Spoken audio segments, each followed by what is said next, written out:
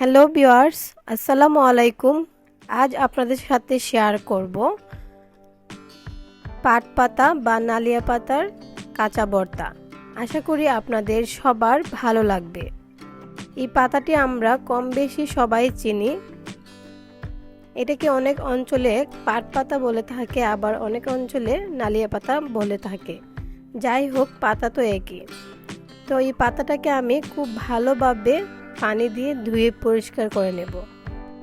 এই পাতাগুলোর মধ্যে খুব ভালো থাকে, সেজন্য খুব ভালোভাবে কষলিয়ে ধুয়ে নিতে হবে। আমি 2-3 বার পানি পাল্টিয়ে পাল্টিয়ে ধুয়ে নিয়েছি।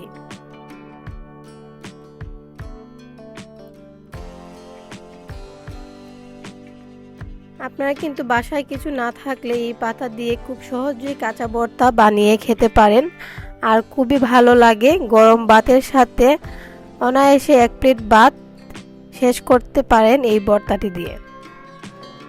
দেখতে পাচ্ছেন পাতাটি কিন্তু খুব ভালোভাবে ধোয়া হয়ে গিয়েছে। একটা টিস্যু পেপার দিয়ে আমি পানিটাকে টানিয়ে নিচ্ছি যাতে একেবারেই পানি না থাকে।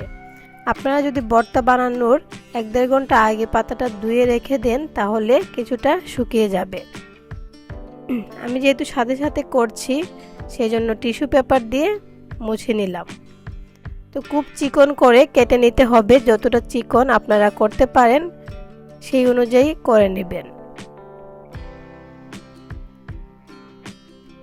আমি যতটা সম্ভব চিকন করে কেটে নিয়েছি।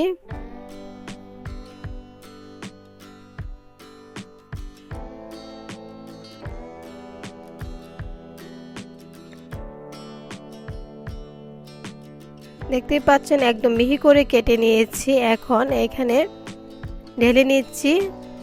আর এই ভর্তাটি বানানোর জন্য লাগবে পেঁয়াজ কুচি, রসুন কুচি, লবণ আর শুকনো মরিচ। শুকনো মরিচটাকে আমি আগে থেকে তেলে ব্লেন্ড করে রেখে দিয়েছিলাম, সেই গুঁড়োটাই এখন দিয়ে দিলাম। সবগুলো উপকরণকে খুব ভালোভাবে মিক্স করে নিচ্ছি। ঝালটা আপনারা আপনাদের প্রয়োজন মতো দিয়ে দিবেন, যে যতটুকু ঝাল খেতে পছন্দ করেন।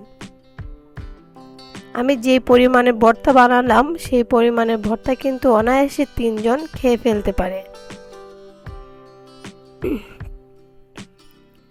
আপনারা কিন্তু একবার হলো বাসায় ট্রাই করতে পারেন, আর কেমন হয়েছে আমাকে কমেন্ট করে জানাতে পারেন, কারণ আপনাদের লাইক এবং কমেন্টস আমাকে অনেক উৎসাহিত করে। দেখতেই পাচ্ছেন ভর্তাটি কিন্তু খুব সহজেই তৈরি হয়ে গিয়েছে, কোনো রকম ঝামেলা ছাড়া, খুব অল্প উপকরণে। আজকের মতো এখানেই বিদায় নিচ্ছি। নিত্য নতুন ভিডিও পেতে অবশ্যই চ্যানেলটির পাশে থাকবেন। আল্লাহ হাফেজ।